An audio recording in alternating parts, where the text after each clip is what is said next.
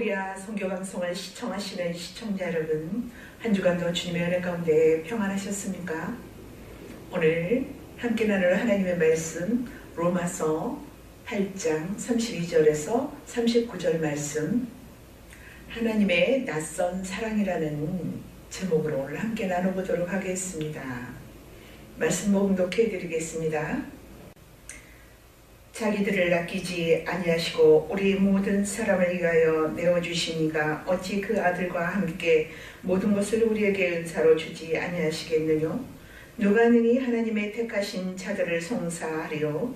의롭다 하신 이는 하나님이시니 누가 정죄하리요? 죽으실 뿐 아니라 다시 살아나신 이는 그리스도 예수시니 그는 하나님 우편에 계신 자요 우리를 위하여 간구하시는 자신이라. 누가 우리를 그리스도의 사랑에서 끊으리요? 환난이나 곤고나 핍박이나 기근이나 적신이나 위험이나 칼이랴. 기록된 바 우리가 종일 주를 위하여 죽임을 당케 되며 도살한 양같이 여김을 받았나이다 함과 같으니라. 그러나 이 모든 일에 우리를 사랑하시는 이로 말미암아 우리가 넉넉히 이기느니라. 내가 확신하노니 사망이나 생명이나 전사들이나 권세자들이나 현재일이나 장래일이나 능력이나 높음이나 기쁨이나 다른 아무 피조물이라도 우리 주 그리스도 예수 안에 있는 하나님의 사랑에서 끊을 수 없으리라. 아멘. 구원에는 옛사람의 죽음과 새 사람으로서의 살아남이 있습니다. 이는 곧 옛것을 버리고 새 것으로 체험을 잇는다는 의미이기도 합니다. 이를 바울은 겉사람은 후패하고 속사람은 날로 새롭다고 하였습니다. 겉사람은 땅에 속한 자로서 땅을 지향하고 살아갑니다. 반면에 속사람은 하늘로 난 자로서 하늘을 지향하게 되어 있습니다. 이러면 성령님의 인도함을 받으며 땅의 것을 버리고 하늘의 것을 쫓아가는 삶을 살아가게 되죠. 그래서 성경에서는 구원을 기존으로부터 떠나는 것으로 말씀하고 있습니다. 이는 구원 자체가 땅에서 하늘로 빼내심을 입는 것이기 때문이죠. 우리는 땅에서 났기 때문에 땅의 고향입니다. 고향은 나를 존재케 하는 근거이죠. 그런데 하나님께서는 그러한 근거를 끊어버리시는 일을 단행하십니다.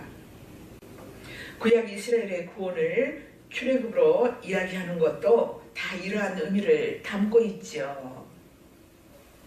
땅을 근거로 살아가는 자들에게는 땅을 떠나라는 것은 죽음으로 상징합니다. 이 땅을 떠나가면 우리는 죽는다고 하잖아요. 천국이 없다라면, 하늘나라가 없다라면, 하나님의 자녀가 아니라면 얼마나 이 죽음이 두렵겠습니까? 하나님의 자녀여도 우리가 마음의 평안함과 믿음은 있지만 그래도 사람은 다 개 중에 없을지 모르지만 오래 살기를 원하고 이 땅에 좀 더 장수하기를 바라는 게 사람의 마음이잖아요. 육적으로 보면 이렇게 저주로 생각하죠. 그런데 성경은 이것을 사랑한다고 합니다. 참으로 인간적으로 볼 때는 해괴한 낯선 사랑이고 낯선 하나님이십니다. 구약 이스라엘은 이 해괴하고 낯선 하나님의 사랑을 인간들이 어떻게 반응하는지를 잘 보여주고 있습니다. 어떻게 반응하는가 하면 불순종으로 반응하죠. 결국 하나님의 사랑은 우리의 죄를 고발하는 형식을 담고 있음을 알 수가 있습니다.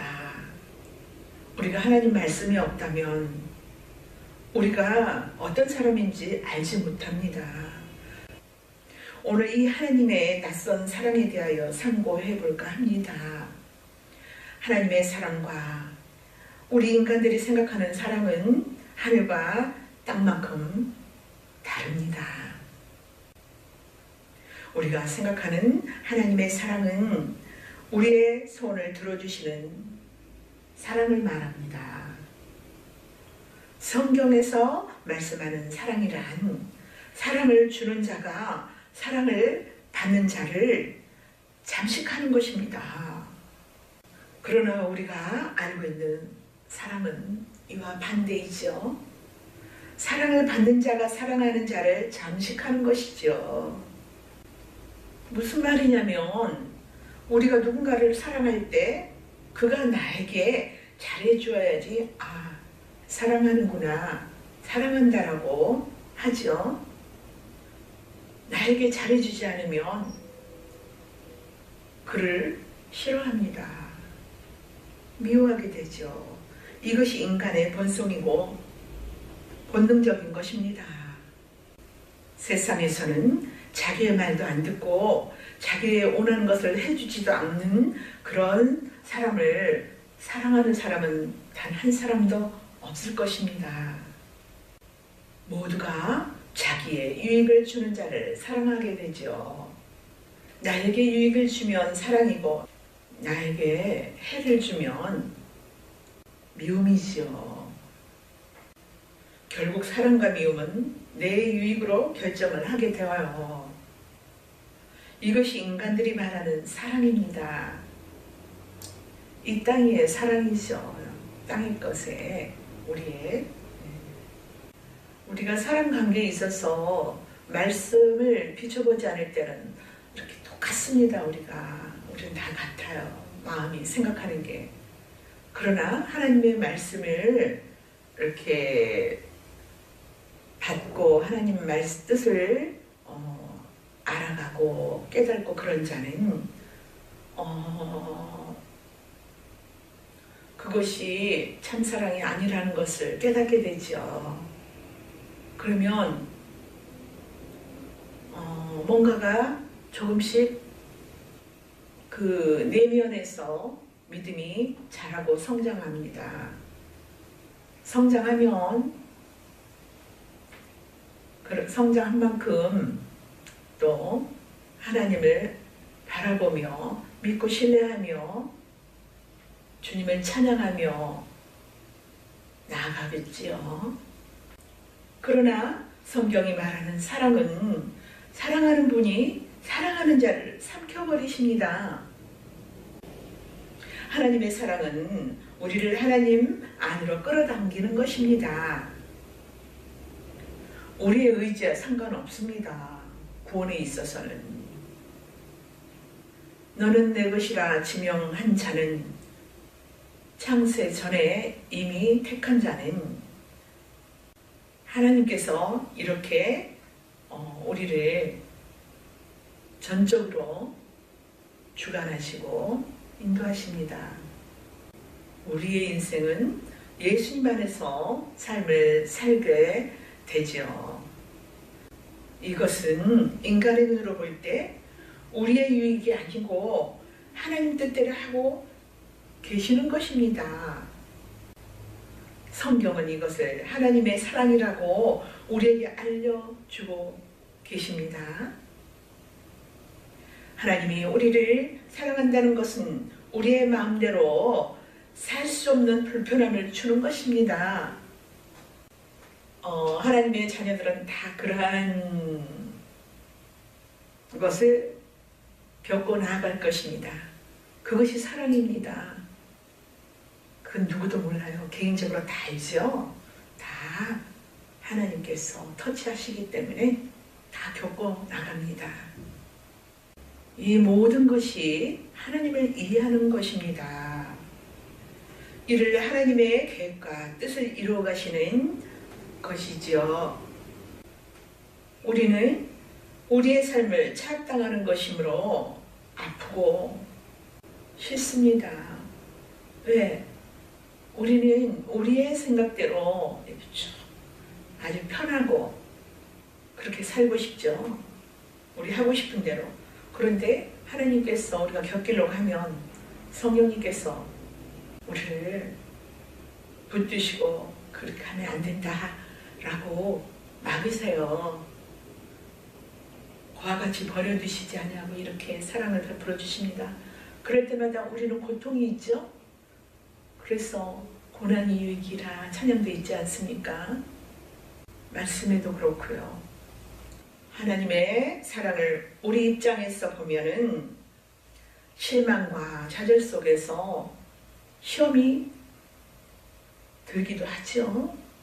시험이 들었다가 드는 것으로 끝나는 것이 아닙니다. 하나님의 자녀는 어느든가 깨달음을 주세요. 하나님께서. 그러면 얼마나 하나님께 감사하고 감동이 오고 눈물도 나죠. 그것이 하나님의 사랑입니다. 우리 육신의 부모도 그렇지 않습니까? 어린아이에서 점점점 자라가다가 철이 없을 때는 부모가 옳게 바른 길 가라고 얘기를 해주면 듣기 싫어하고 간섭하는 걸로 하고 자기의 하고자 하는 걸 방해한다고 싫어하죠. 그런데 이제 나이가 먹음으로써 철이 들고 성장하게 되면 아버지의 어머니의 말이 옳았구나 라는 것을 깨닫게 됩니다. 성숙하면 우리의 믿음도 그렇습니다. 왜냐하면 우리가 이렇게 알고 있는 그 사랑이 정반대이기 때문이에요. 믿음의 조상인 아브라함을 보세요. 하나님께서 아브라함을 찾아가신 것이 사랑입니다.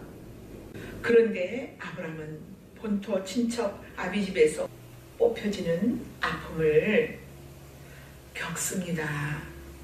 하나님은 아브라함을 사랑했다고 할 수 있어도 아브라함 입장에서는 사랑을 받은 것이 아니고 도리어 해를 입은 것이라고 생각하지요. 이렇게 아브라함은 하나님이 찾아오시고 난 후에는 고난의 삶을 살게 됩니다. 본토 친척 아비집에서 뽑힘을 당하는 것은 아브라함의 힘의 근원을 잘라버리시는 것입니다. 이처럼 하나님의 사랑은 우리에게 낯설고 아픔으로 다가옵니다. 구약 이스라엘을 통해서 이 사실을 알려주고 있습니다.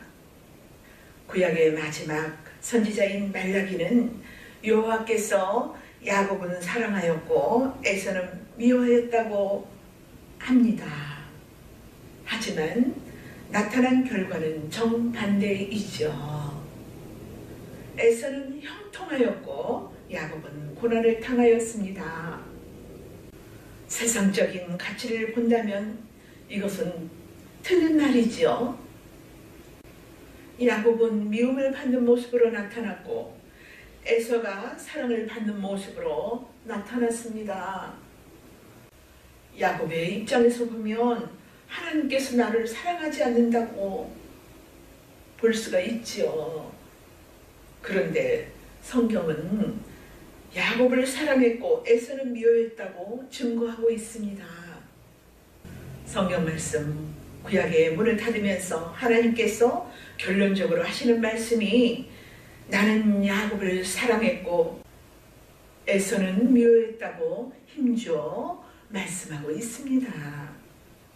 그럼 우리는 이러한 말씀의 진리를 하나님이 말씀하시는 사랑이 무엇인가를 알아야겠죠.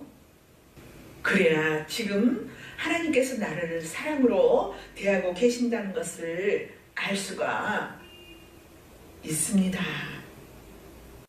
우리는 인간적으로 에서와 같은 형통한 삶을 원하고 야곱과 같은 고난의 삶을 싫어합니다.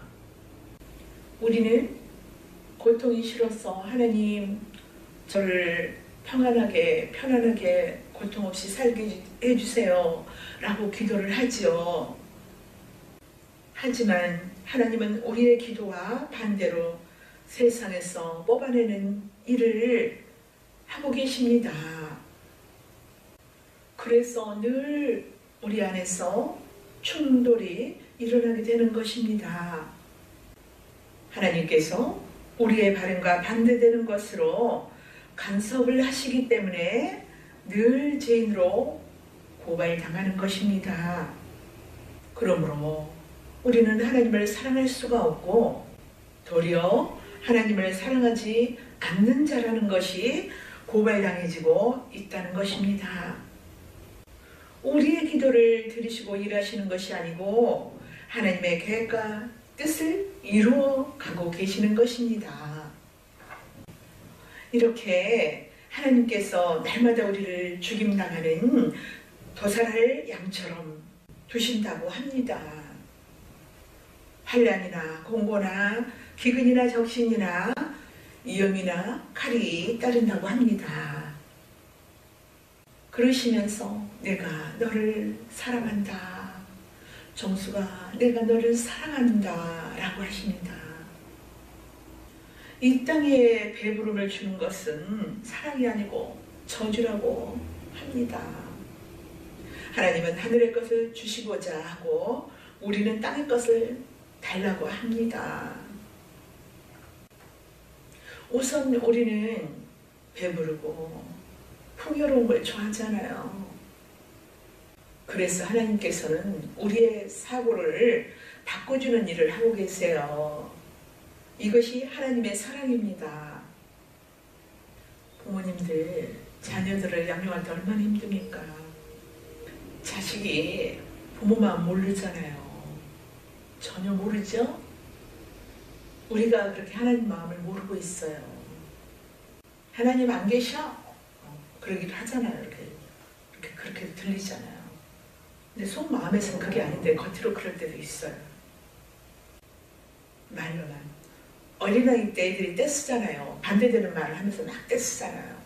그러한 모습들이 우리 하나님의 자녀들 앞에서 이제 우리 자녀들을 양육하는 데서 우리가 드러납니다.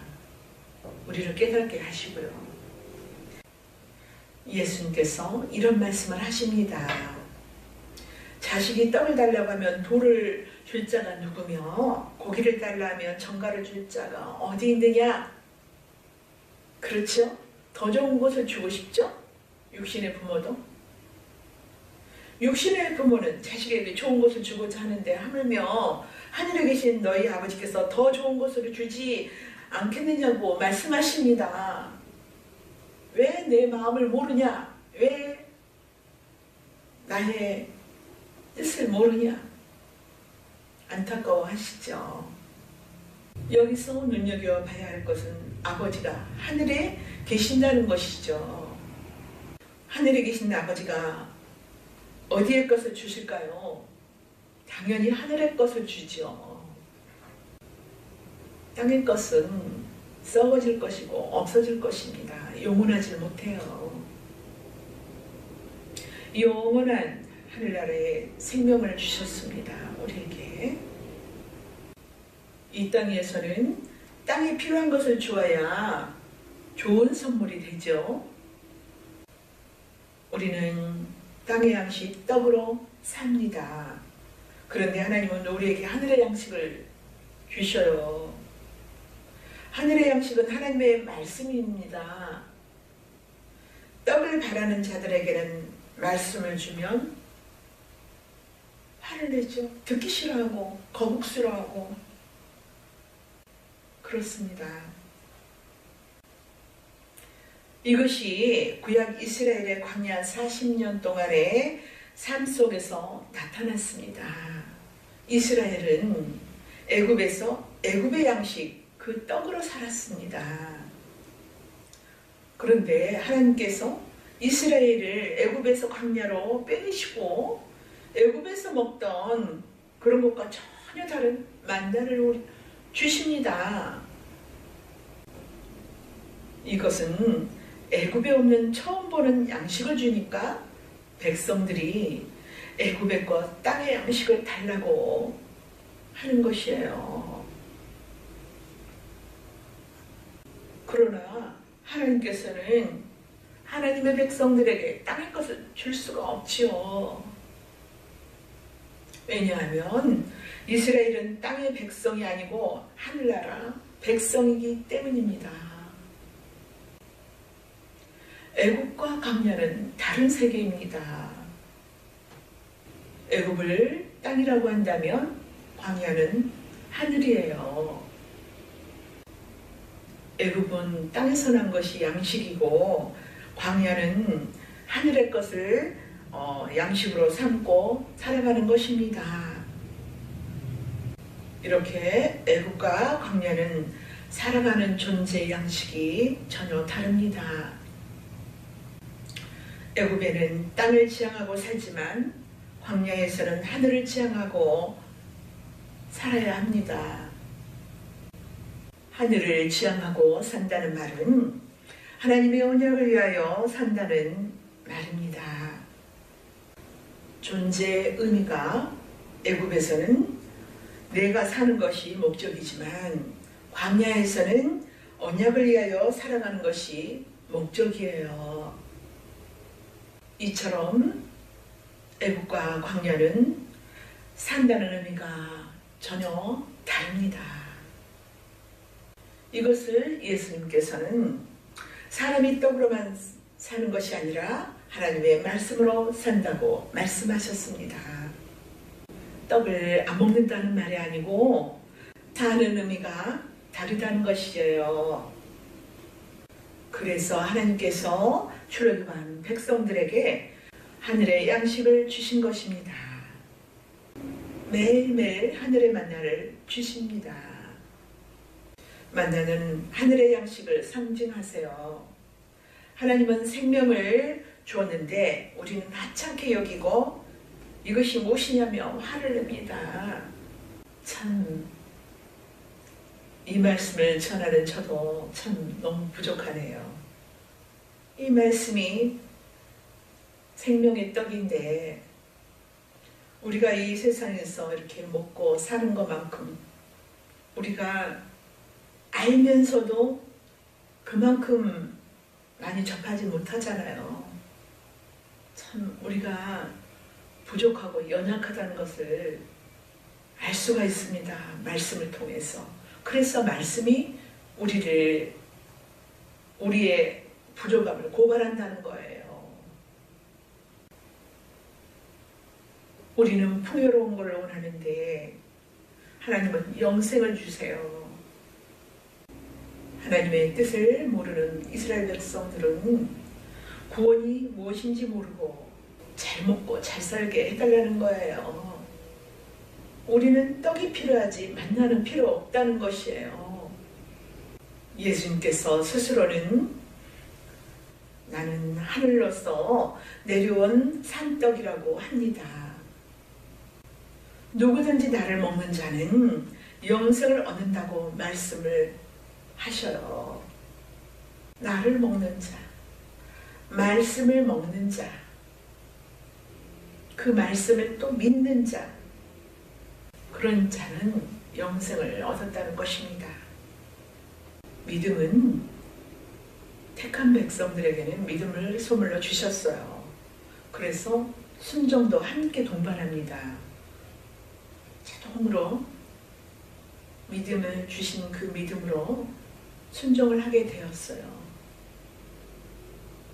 믿음이 믿음에 이르게 한다는 말씀이 있지 않습니까?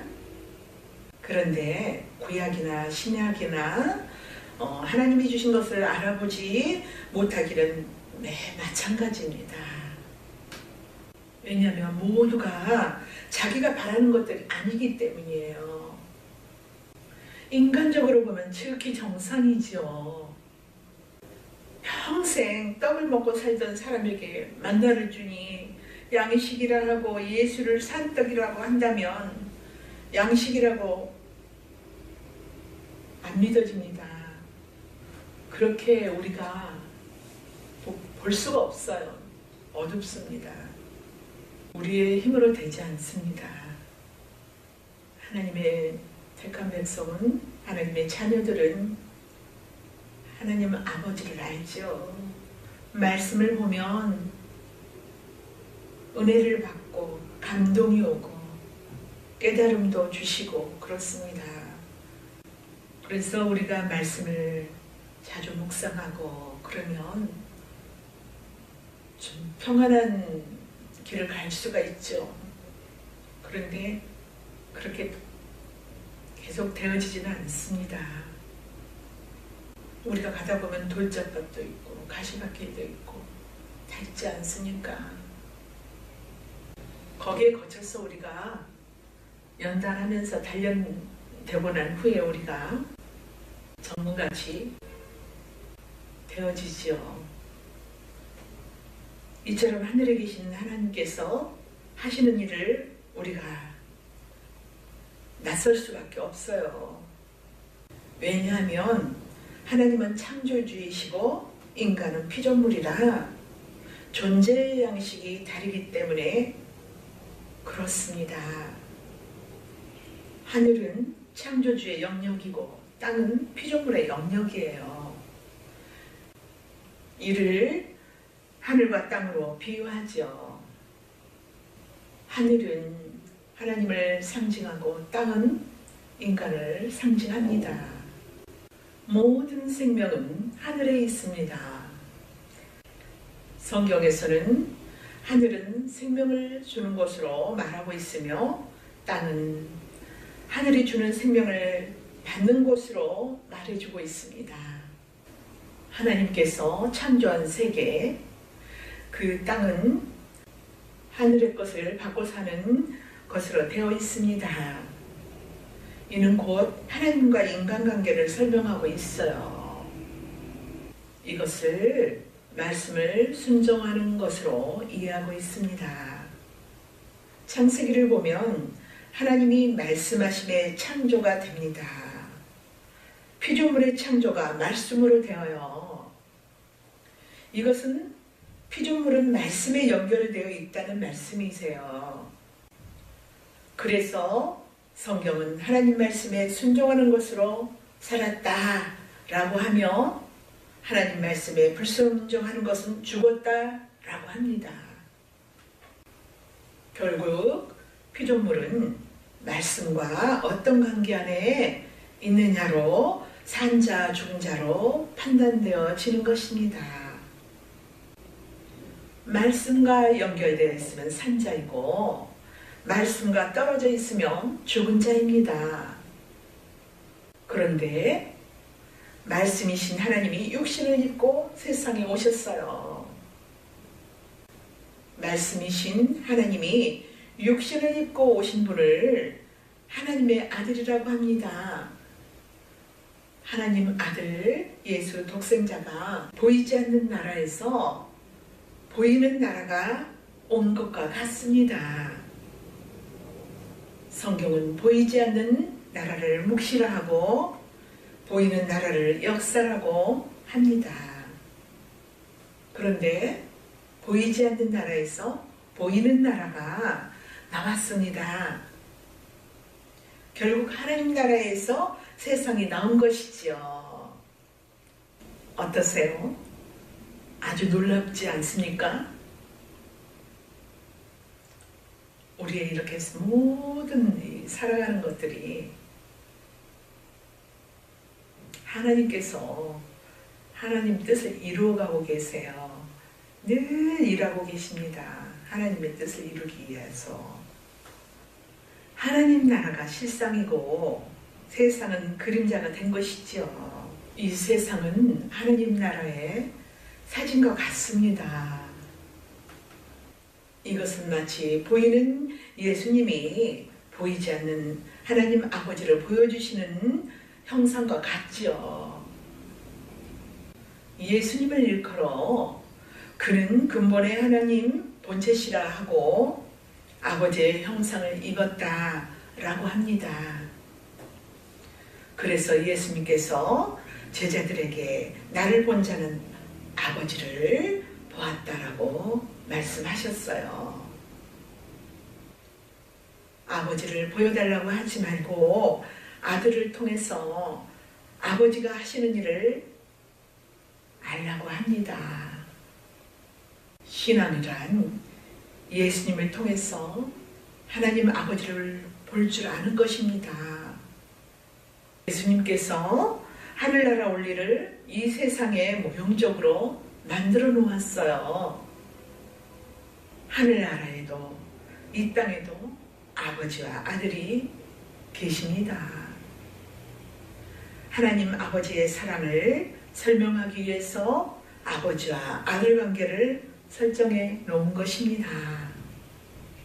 주님께서 제자들에게 땅에 있는 자를 아버지라 하지 말라고 말씀하였어요. 아버지는 하늘에 계신 아버지라고 했어요. 하늘에 계신 아버지를 모형하고 있는 것입니다. 보이지 않는 하나님 사랑을 보이는 아들을 통하여서 설명하고 있는 것이에요.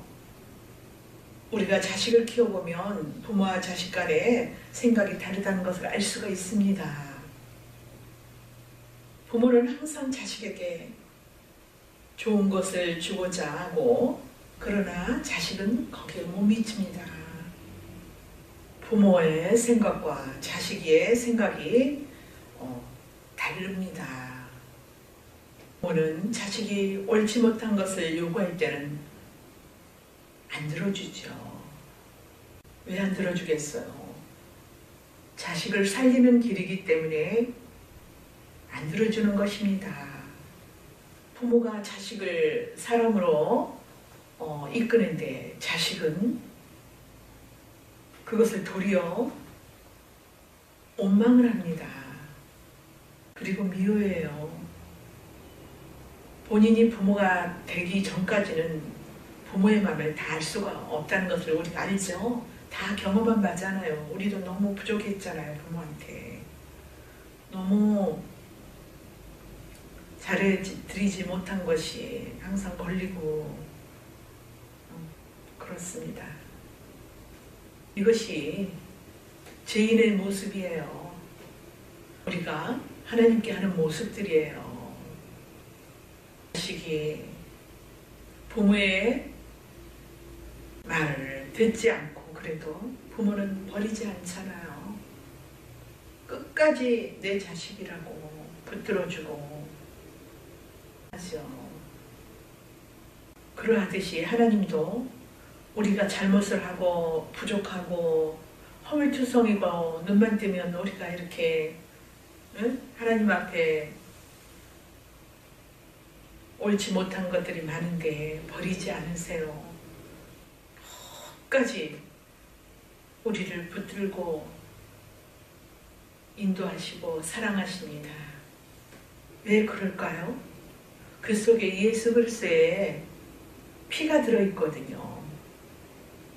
이렇게 하나님의 자녀는 그 안에 언약이 담겨져 있어요. 이 땅의 부모와 자식의 관계가 하나님과의 우리 관계를 보여주는 것입니다. 이렇듯 부모와 자식은 사랑의 관계 안에 있습니다. 관계란 그 어떤 것으로도 끊어지지 않는다는 것을 말합니다. 하나님의 크신 사랑, 참 사랑입니다. 우리가 인간적으로 누구를 사랑하는 것과는 달라요. 우리는 수시로 변할 수 있어요. 때에 따라서, 상황에 따라서 마음이 요동을 치잖아요. 이랬다 저랬다. 나는 안 그럴 리가 없어요. 다 사람 마음은 표현을 안 해서 그렇지 이 안에서 다 그렇습니다. 그런데 말씀으로 비출 때 내가 이게 잘못됐구나. 이러면 안 돼. 내가 참 이렇네. 자꾸 내가 낮아져요. 내려놓게 되고 나의 모습을 자꾸 보는 거예요. 말씀으로 비춰서 나를 자꾸 봐야 됩니다. 말씀은 거울이에요. 내가 어떻게 얼굴이 생겼나 거울 보면 다 알 수 있듯이 이 말씀을 보면 나를 볼 수 있게 해주세요. 얼마나 감사합니까?